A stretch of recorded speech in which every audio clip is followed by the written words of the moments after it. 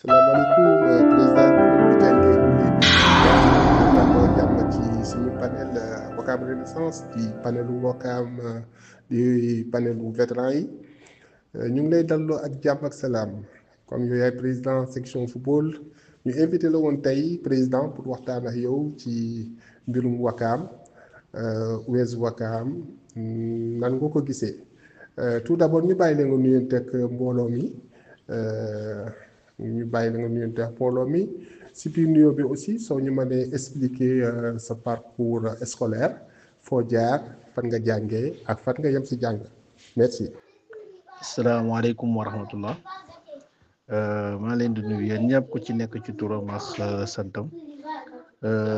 Aliou aussi di rafetlu vraiment invitation bi nii donc pour war a mën a waxtaan ci li nga xamante ne mooy sport Wakaam et di profiter aussi de cette occasion donc di nuyuwaat encore une fois ñëpp ñi nga xamante ne ñoo nekk ci panel bi et comme ni ma ko Aliou expliqué je pense que ce sont toujours des pratiquants anciens pratiquants aussi yoo xamante ne ñoom ñoo nekk ci groupe bi donc loolu aussi lu may rafetlu la. macha allah président kontaan nañ vraiment si sa introduction waaw président ñu bëggoon la laaj rek si sa wàllu parcours scolaire bon xam naa ne doo mën a jaar fépp mais ba fan nga yem ci études yi loolu buñ ko mënoon xam dina am solo président. ok donc pour parler un peu de mon parcours scolaire si sama bon jafe na yomb na parce que bon fii laa jàngee Wakaam école 1 ñu ko doon ay école Mamadou Diagne bi ma fa jógee ma dem CS Wakaam donc ñu ko El Hadj Mamadou Ndiaye donc ma jógee foofu ma dem Galandou Diouf après le bac Galandou ma dem université bu Dakar donc bi ñu université aussi xam naa ne boo dafa tombé woon ndax année blanche bi donc par la même occasion may inscrire année bi ci topp di defaale en même temps ay cours ci institut supérieur d'informatique donc bi ma paree foofu am liggéey yu ndaw yu ma doon def après jóge fa inscrire dem ENEA jàng ji donc institut supérieur de marketing approfondi donc ci yooyu noonu tam def naa fii institut supérieur africain pour le développement de l'entreprise donc yow foofu tam jaar naa fa ci diplôme donc par la suite delluwaat naa demaat jàng ji aussi je suis retourné à l'université pour def université en collaboration ak université bu Neuchâtel donc ak université bu Neuchâtel ak FIFA donc organisé fi woon naa le manager du sport donc boobu tam aussi inscrit naa defaat ko dem comme jàng ji donc globalement sama parcours loolu am na yeneen diplôme wala soit ay attestation xam ne jot naa ko def ci diggante bi mais loolu mooy parcours académique bi nga xamante ne dem naa ko.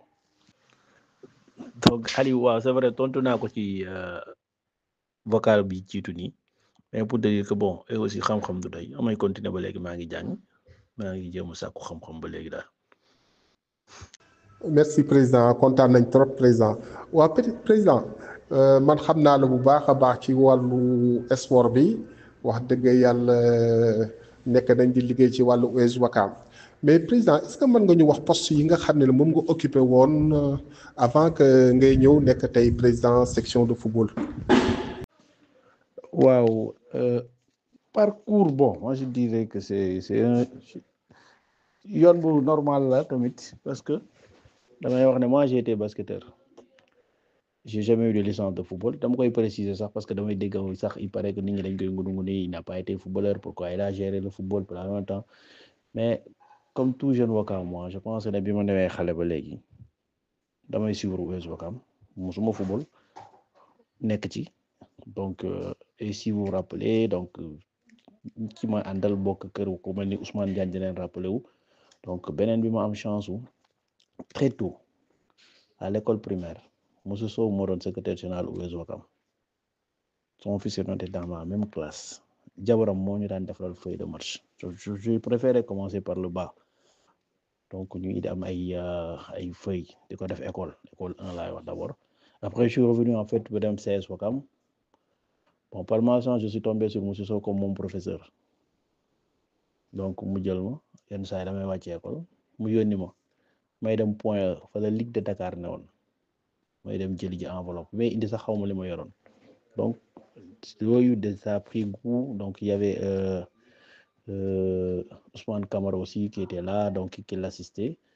ñu jékki-jékki samedi on part au terrain comme li ma waxee Ousmane Diagne oui match dimanche matin vraiment bu ñuy tracé terrain ay ñoom grand Badou Ndiaye ay yooyu ma ay doomu Moussa Sow ñoo fa doon ne bon y avait presque personne et par la suite bon puisque j'ai commencé en fait à manier ay appareil photo sama baab moo daan defar licence US Ouakam su ñu defal licence yi peut-être ñu bëri seeni photo man maa ko daal bu may photo pare après yenn saa yi pour defal licence sax xamoon naa ne fan la ñuy tapp man maa koy dagg maa koy def di ko def peut-être parcours yoo xam ne les gens ne le savent pas donc j'ai pris goût en fait à la chose bon j'étais pas un bon pratiquant comme footballeur mais parce que là comme je le précise encore une fois mais dem match OSO en petit que ça soit ay match senior il football ay dimanche matin contre ay Thiaroye donc boobu ay ñoom Daouda Menga ay ñoom Bass ñu ngi football Ndiogou Gueye donc ñuy dem noonu lañ commencé di dem ci équipe bi ba progressivement ñuy dem après bu réunion section mais yenn saa yi ma ñëw dugg fa benn jour on m'a demandé mais boy doo ñëw jël poste bi c'est comme ça que ça s'est commencé c'est par accident que je suis venu dans le football pour jël poste donc ne ci am benn année boo xamante ne xawoon na fi métti équipe bi waa ci y avait personne ay Ro Lamine Djiné am na ñu bëri ñoo xamante ne ñu créé fi benn genre comité d'initiative ngay ñëwee Al Demba c'est bon c'était le plus âgé moom Ro moo ci gënoon mag Al Demba Lamine ay ñoom Pa Ousmane et puis on Cheikh Dramé ñu commencé di yëngu donc après noonu lañ commencé di ñëw ay réunion on nous a accepté d'être en fait d'assister ay réunion US Ouakam ñu xëy benn jour organiser fi benn soirée am fi xaalis grand yi nañu noo booy dee leen continuer na ñëw c'est comme ça noonu lañ ci duggee mais yàlla suturaal nañu aussi donc ba may jël ci ay responsabilités quoi et bi ma njëkkee ñëw aussi ñu jox ma poste on m'avait confié en fait un poste de trésorier de la section de football bon bi ma jógee ci loolu après commencé intégrer en fait le comité directeur US Ouakam aussi bi ma fa ñëwee donc j'ai été président de commission finance de l'US Ouakam après commission finance j'ai été vice-président chargé des projets donc newaat naa fi un vice-président chargé des activités des autres disciplines bon ba retourné waat aussi jëlaat président section football donc xaw a jël kii donc c'est progressivement que comme ça que les choses se sont passées. macha allah président vraiment c'est un joli parcours macha allah waaw léegi nag président ñu jëm nag ci question yi nga xam ne moo gën a sérieuse moom président dama dégg ne US Ouakam dafa am un projet le projet là ñu tuddee que virage bon xaw ma nag le virage la ou bien la virage waaw donc dama bëggoon nga ñëwal ma ci virage boobu waaw lettre par lettre lan moo tax ngeen tuddee virage seen projet sportif boobu nga xam ne moom ngeen créé US Ouakam. waaw le projet virage moi je pense ne foofu sax le président moo gënoon habilité mooy Alfred Bathily pour mën ci tontu parce que virage bi je pense ñun ñëpp xam nañ fi ñu jógee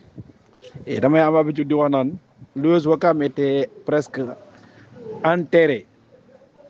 l'US Ouakam dañ ko radié woon presque dans le football sénégalais notre image a été écornée donc sur ce principe il fallait que ñu war a mën xoolaat lu bëri et je pense comme li wax moo gënoon habilité pour ci mais dinaa ci expliquer tuuti rek incha allah waaw Aliou donc c'est vrai virage bi V bi dafay symboliser parce que bon li may war a gën a préciser sax mooy comme li ma wax rek si fi ñu jógee dafa sori et pour bañ a nekk aussi en rade par rapport au développement du sport li mu xew ci monde bi ak fépp nga xamante ne moo fa am na loo xamante ne on est obligé de s'adapter wala soit ñu jëm ci anticiper teg ci ne donc ci délai boo xamante ne peut-être da ngay dem à moyen court terme après leneen li nga teg ko ci durée bu gudd mooy li ñuy wax long terme donc ci délai bi nga xamante ne moo gën a gàtt xalaat nañ ne mooy virage boo ko gisee dafa mel da ngay jël cap pour war a mën a tourner waat parce que dañu war a jóge fenn dem feneen donc ci loolu lañ nekk donc virage bi le V c'est de revenir en fait sur les valeurs du club nan lañ ko war a mën a réinstaurer donc loolu lañ war a mën a joxee club bi benn jëmm bi nañu mën a joxee nit ñi war ñu mën a jox cër gën ñu gën a respecté ci li nga xam ne moo lañ fekk parce que la signature du club ngor yar jom la donc war nañ mën a def le tout ba club bi dellu ci donc bi c'est sur les infrastructures am loo au moins jumtukaay yu mat yu baax yu war a mën a permettre aussi ñu mën a tàggat ay yaram donc R bi dafay ñëw daal sur la réforme des textes. Il faut qu'on puisse s'adapter par rapport en fait à la réglementation générale bi nga xamante ne moo am léegi suñu sport di doxee. A bi donc c'est sur l'administration du club nan la ñu war a mën de ba nga xamante ne aussi dinañ améliorer administration bi mettre même les en fait dans les meilleures conditions et donc sur le G c'est une meilleure gestion en fait bi nga xamante ne moom la club bi am nan lañ ko war a mën a gérer nan lañ war a mën a gérer en fait les ressources humaines et pour leur permettre en fait de se développer. Merci président et puis ñu lay remercier aussi vraiment si progression équipe bi quoi ñu ngi lay si remercier bu baax. Mais président léegi dama bëggoon xam choix entraîneur bu US Ouakam nan ngeen koy choisir c'est-à-dire est-ce que da ngeen am benn staff boo xam ne ñoom ñooy choisir entraîneur wala da ngeen am yéen comité directeur yéen ay choisir seen bopp entraîneur loolu laa bëggoon a xam. Mais comme ni ma ko waxee rek je pense que ne en fait but bi yëpp daal mooy jéem a xool parce que virage comme ni wax dafa compliqué boo ko réussir yàlla mun na la dimbali nga nekk ci wàcc ci yoon bu jub bi soo ko loo ko ratee moom safaan bi mooy am souvent mais ñaan yàlla daal ñu mun ko réussir à telle enseigne que ne bon vraiment dina mën a teew club bi mu gën a nekk ci yoon yu jub parce que il faut que ñu nangu ko on est trop en retard par rapport à li nga xam ne moo am ci sport partout dans le monde donc il faut qu'on puisse s'adapter rapidement pour nekk ci yoon bi gën a baax bi gën ko jubal parce que dañ am chance bu ay mag teg ko fi war nañ ko mën a teg ci yoon yu gën a jub incha allah. Ce qu'il faudrait dire c'est pour donner un exemple mais un choix est toujours motivé pour xool ban façon entraîneur ngay jël la moo tax nga koy jël fi nga ko bëgg a teg objectif yi nga am mais li ñu war a mën a wax mooy à l'US Ouakam il y a pas de direction technique et incha allah je pense que ne ñii nii si projet bi ne nii ils envisagent de le faire et c'est pas évident il faut de l'argent pour pouvoir prendre en fait une direction technique mettre les gens qu'il faut pour ñu war si mën a liggéey.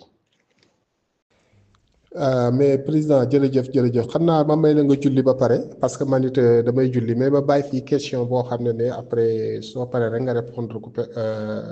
président bon président li tax mu poser question boobu muy wàllu entraîneur bon dafa am par exemple ñu bari si au niveau de Ouakam dañuy wax naa lu tax jëluñu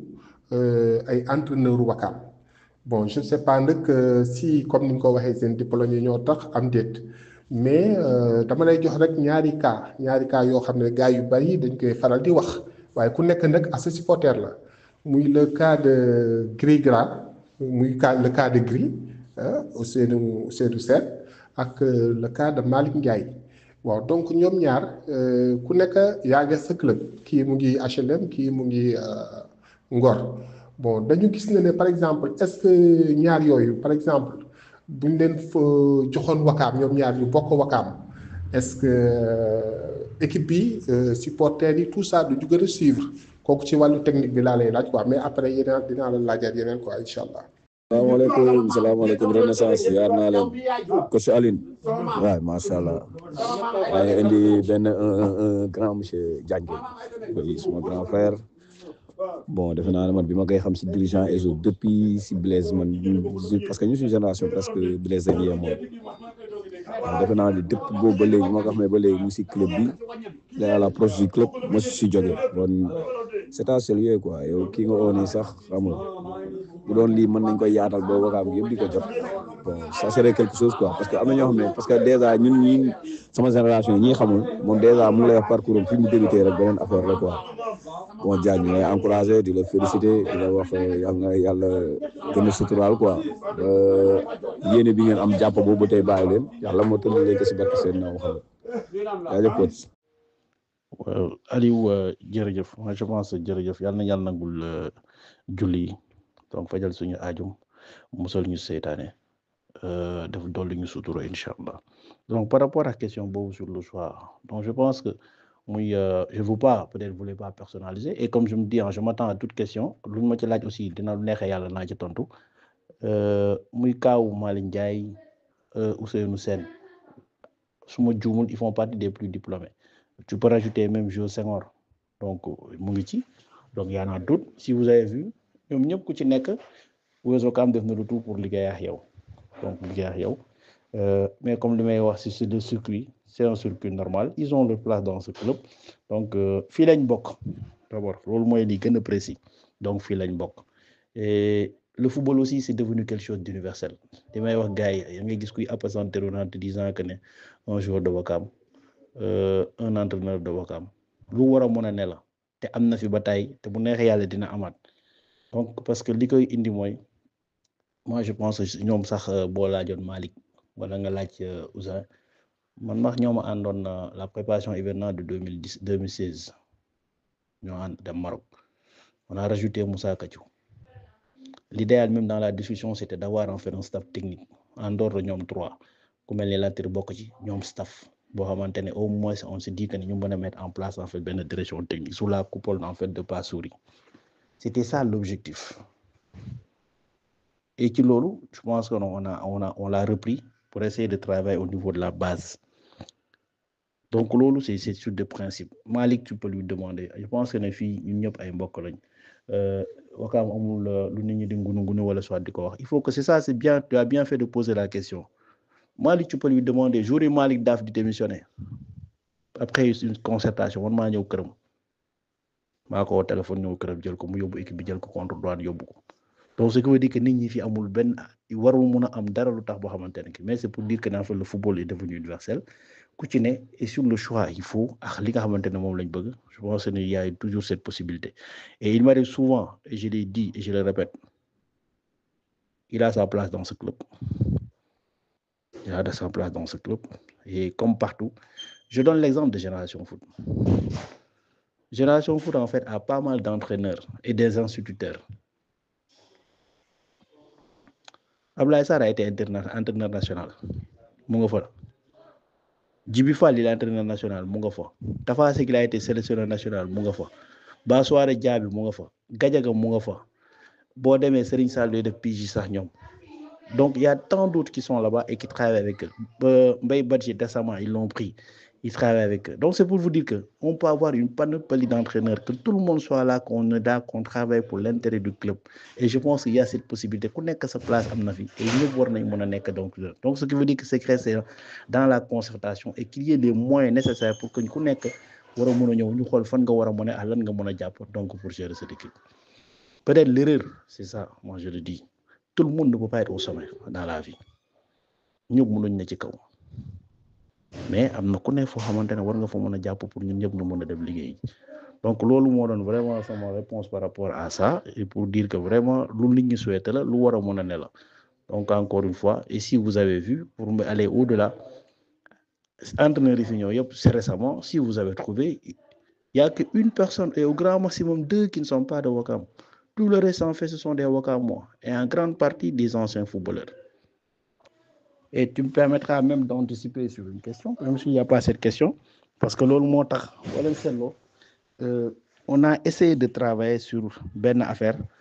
moi 6 années yi xaw ma devenir remarque bi.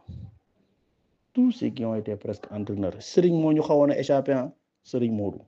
def nañ le tout ba nga xam ne on puisse les intégrer en fait dans le staff du club. Ku ci ne ancien footballeur bu ne day ñëw di jege ñu am seeni diplôme parce que dafa am diplôme booy njëkk am initiateur amatul presque da ngay def licence D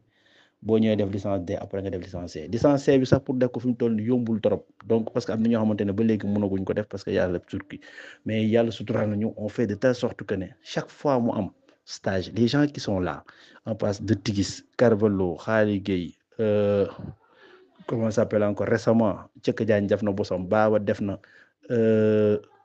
semaine même pas un mois donc Fadiour Gueye dem na Maada Ndiaye dem na donc Serigne Modou dugal nañ ko ci ba mu defaale ko donc il y a tant d'autres qui sont là et si tout le monde ñu bu ñu amee sam donc dinañu mën a permettre ñoom entraîneurs yu bëri yu doy nit ñi commencer di yéegal seen compétence parce que métier bi il faut bëggoon nañu xeeb léegi métier la boo xamante ne li muy joxe ci xaalis sax moo ëpp par exemple waa ji doon football donc bu fekkee xaalis rek la mun na fi am bu dee métier la boo bëgg a def aussi pour jàng am xam-xam aussi tamit dina am donc loolu aussi moi je pense que ne le club reste ouvert pour accompagner tous les anciens footballeurs yi nga xamante ne bëgg nañ def loolu incha allah. salaamaaleykum As vraiment jërëjëf yow moom vraiment tu fais pas des gens qui ont marqué ce club def naa bi ne petite catégorie ba yegg senior donc tu as été là et comme li ma doon wax rek keroog je pense biñ daje ñu ngi ci wax pour ut diplôme et muy yow muy keneen club bi mun na xool lu ñu leen mën a accompagner ci loolu ngeen def ko et vraiment on vous encourage à le faire mooy permettre su nit ñi amee diplôme yu baax ba ngeen am ba nit ñi mën a mettre en place direction technique dina mën a permettre vraiment kenn du jëm uti ji jéggaan kuy jéggaan daf fekk amuloo donc boobaa dina mën a permettre vraiment ñu mën a yaakaar si yéen pour ngeen war a mën a doxal mbir mi merci beaucoup. Mais Président, merci beaucoup. Je les remercier encore une fois de plus. Et je m'excuse aussi des fois ci yenn questions yi. Bon balaa ma lay excusé wu sax xam naa ne ñaar ñi ma cité seen tour ñoom laay jëkk excusé wu muy Gra ak Ligue Boy parce que peut-être bëgguñu ma tudd seen tour wala genre yu demee noonu te ñoom ñaar yëpp ñu ngi ci groupe bi donc encore une fois sa réponse moom satisfaire na ma beneen bi aussi question yu mel noonu dina ñëwaat président parce que beneen bi sax mu ngi nii di ñëw mooy concernant yóoru Wakaam yi nga xam ne ñoom ñooy football Wakaam waa gis naa ci nag léegi amélioration bu baax sax macha allah parce que lu mu bon lu mat 5 gosses yoo xam ne ils sont de Wakaam ñu ngi fii quoi moo tax léegi gis nga léegi ni supporters yi di suivre quoi bon léegi nag président ma bëggoon la laaj est-ce que yeneen joueurs desul Wakaam yoo xam ne vraiment ils sont encore plus aptes que parmi des eux yoo xam ne par exemple mën nañu adhérer le club. Voilà loolu ci choix entraîneur rek la. Aliou merci et moi je pense je reste ouvert hein, et comme li ma wax y a pas de question tabou amul dara loo xamante ne fii lu fi nit mën a rax wala soit war a ragal ko wax wala dara ça vraiment je reste très ouvert loo ñu ma fi posé bu neexee yàlla dinaa ko tontu parce que dama naan moi je suis un soldat comme li ma wax sànq rek pour Wakaam lépp lu ñuy def on le fait volontairement et yaakaar na li may wax rek nit mun na juum. te li gën a neex mooy sax bu nit ñi juumee sax nga war a mën a corriger ñoo mën a avancer waat donc pour te dire que ne y a pas de question tabou lépp loo war a poser su fi nee bon man quand je suis disponible on peut le faire. salaamaaleykum Aliou maa lay ziar ak président Diagne maa leen di ziar bu baax man la Ligue Boy maa leen di ziar bu baax di la ñaan yokkute wér yàlla sàmmale la fa la cat Aliou loolu amul excuse Diagne c'est un ami Diagne yàgg et puis bu doon rédaction la ma ne jàll na quoi waxuma la moyenne sax il a plus que la moyenne et puis je dis que ne yàgg lañ liggéeyandoo fii c'est Wakaam c'est nous dans nous quoi lii muy wax yëpp dañ ciy jàngat man xaw ma sax ay virage bi muy wax loolu yëpp donc li dañ ciy jàngatat rek yow bi def émission bi macha allah je dis que ne Diagne est un homme boo xamante ne vraiment ku serviable te liggéey naa ñoom lu yàgg sant yàlla on est des Wakamois on est fiers de l'être c'est comme ça sant yàlla rek je dis que ne émission bi neex na trop di wax Diagne merci vraiment. xerañte be lépp mu ngi ci ba leen laa doon laaj quoi par rapport ak club bi la mooy seen ambition par rapport au club loolu kese laa bëggoon xam vraiment parce que je dis que ne yàgg naa la gis ci côté yëpp quoi boo tax ma doon laaj seen ambition par rapport au club. et sur le format même nii sax man gënalu ma woon toog ñu may poser question nii moi je voulais être en face képp koo xamante ne bëgg nga question toog ñu wax nga tontu nga laaj ñu wax la li nga xamante ne moo fi ne parce que j'ai été là pendant des années waxuma ne. li fi am lépp baax mais xam nañ ne au moins des gens ont fait des efforts si li nga wax noonu li koy indi lenn la mooy li may rek il faut que ça soit dans la solidarité généralement les entraîneurs qui viennent pour les gosses de Wakaam c'est pas les entraîneurs qui les choisissent du entraîneur ñoo leen di jël jaay wax Malick Ndiaye il a été là à un certain moment il a eu à gérer en fait toute la coordination au niveau de la petite catégorie Aliou tu as été entraîneur de la petite catégorie et vous connaissez mieux que nous les joueurs mieux que nous vous connaissez les joueurs li fi am mooy peut-être c'est dans l'orientation tout le monde veut être dans l'élite comme li may wax et dans l'élite en fait pour le football professionnel actuellement tu ne prends que 31 joueurs au grand maximum nga war a liggéey ak ñoom pour nga jël ak ñoom am na ñoo xamante ne et c'est pas du nouveau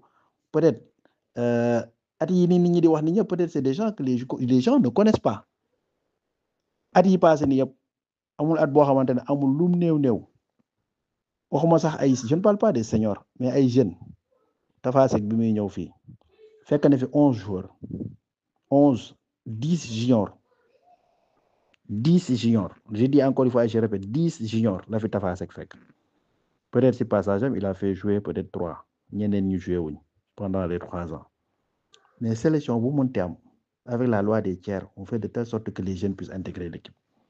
léegi le choix mooy que ne Wakaam malheureusement ku nekk da nga am sa joueur te boo amee joueur aussi au lieu de faire l'orientation très rapidement si vous avez fait la remarque championnat période bi muy commencé day fekk nawetaan bi nit ñi di commencé entraînement day fekk nit ñi di nekk ci nawetaan boo ne US Ouakam commencé ne les gens privilégiés de nawetaan. salaamaaleykum coach Aliou Camara grand naka ça va naka journée bi amee di kontaan si li nga invité suñu gaayen boobu waaw kooku moom borom baax la quoi kooku moom kenn du ko présenté kenn parce que moom ànd na ñëpp la àndal jox na ñëpp cër jox na ñëpp respect waaw mu doon koo xamante ne ñun ñi nga xamante ne jaar nañ ci football bi xam nañ ko bu baax amul lenn loo xamante ne da ko doon def te du si am benn Pastef yi lépp lu muy def daf si am Pastef lépp lu mu mënta def rek da si am Pastef mais loolu yëpp nag dafa am loo xamante ne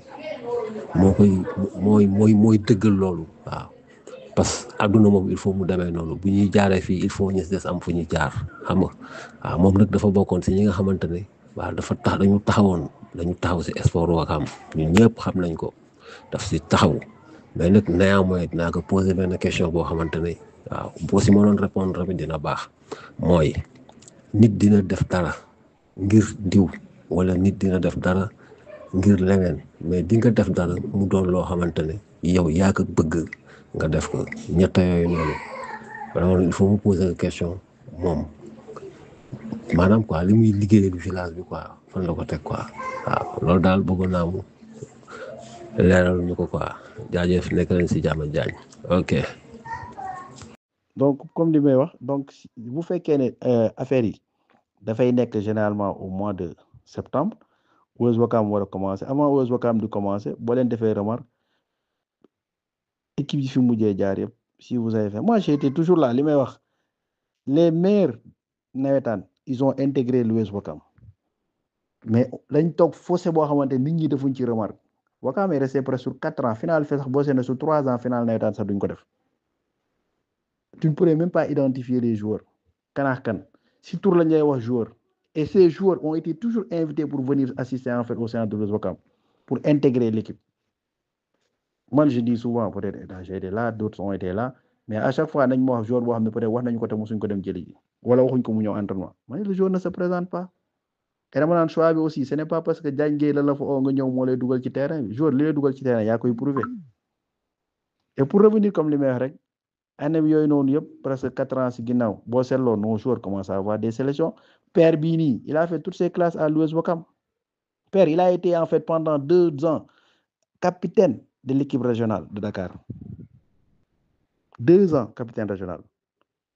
Il a été capitaine des cadets, il a été capitaine des juniors. Et jusqu'à présent il est junior. tey ren la war a def ni 4e année. Donc bu ñu ñëw fi mu toll nii il s'est imposé en fait dans l'équipe première. Et c'est ce qu'on veut. On va intégrer les jeunes de Ouakam. Pambay l'année dernière, il faisait partie des meilleurs joueurs du mouvement Nawetan. Pareil pour le gardien de Thierry, Oumar Sarr. Donc il y en a tant d'autres qui sont là. Il y a Oumar Diène. Parce que boo gisee mu posé question boobu benn exemple rek laay joxe dafa am suñu benn xarit boo xam ne dañu àndoon dem géej man ak moom mu noyé sama kanam di ma woo ba décédé suma kanam teer samay tànk bés boobu laa dem seeti ji benn grand bu ñuy wax Ngomez ak Ngala Yàdd ak beneen grand boo xamante ne muy Moussa Thiam ñooñu laa côtoyé woon jàngal ma géej pour lii nga xamante ne daloon na sama frère boobu noonu yaa ngi dégg ma ñàkk ko noonu ma ne dinaa jàng géej pour rek lépp loo xamante ne fekkee naa ko si nit am problème si géej gi du ma ko jox yàlla nag lu ma ci mën a def rek ma def ko si ba jéem a sauver vie boobu man loolu moo taxoon ma jàng ci géej waaw moo tax ma jàng géej waaw exemple la rek moo tax mu posé Diagne question boobu moom it waaw nekk leen si jàmm. Donc li si am mooy que ne par exemple l'orientation booy ñoom ñëpp dañuy subir en fait des influences et malheureusement moom laay wax effort bii ni ñu def ñu war a tirer ñun ñëpp mu jëm si côté bi y a des gens qui incitent et qui poussent booy ñu war a dem si yeneen club wala dem football ji feneen dès le bas âge da ngay gis ay cadets ay juniors que des gens préfèrent qu'ils ne jouent pas à Ouakam qu'ils aillent jouer ailleurs et pourtant bu ñu toogee fii def yi liggéey bi baax ñun ñëpp mun nañ yaakaar ne xale yi mun nañ intégrer ci équipe bi. Donc, pour te dire que c'est ça, il y a rien de méchant. Nit ñi ñoo war a ku si gis koo xamante ne ku baax la ngay rapproché wu si nit ñi fii loolu moo fi gën a métti et encore je le dis da ngay nekk ci dara nit ñi dañ koy ngunu te il faut ñu nangoo jàppalante parce que lii nefe ni kenn moomu ko ñun ñëpp ñoo ko bokk donc il faut que les gens apprennent à être solidaires à faire des suggestions parce que ku ci nekk boo si jëlee joueur bi ngay jël di ko orienté ne ko kaay dem par exemple jàmbaar wala yow kaay dem Génération Foot wala nga dem Dakar Sacré-Cœur wala non kaay dem football ji Tëngéej te nga xam ne Wakaam moom fi Wakaam nga faral mais su kañee nga indi ko Wakaam mu ñëwee fi mu xeex parce que jow place am donc loolu mooy facteur boo xamante ne vraiment moom lañ gën a soxla même Aliou dans ce cadre aussi si vous faites la remarque même en petite catégorie 3 ans yëpp on dit que ne en fait dafa am ay tests mais bu tests yi amee sax pour nga gis sax booy Wakaam yi jënd day métti te wallahi azim tu trouves des gosses qui habitent vers Tamba qui appellent pour venir jouer ku dëkk Tamba pour ñëw football fii da ngay gis booy bu dëkk Yoff bëgg ñëw football sa Wakaam mais boo ne kii ñu ne la booy Wakaam ñu ne la booy bi ñëwul mais est-ce que on peut faire le tour d'aller dans les chambres dugg ci biir kër yi génne ku ne na la kaay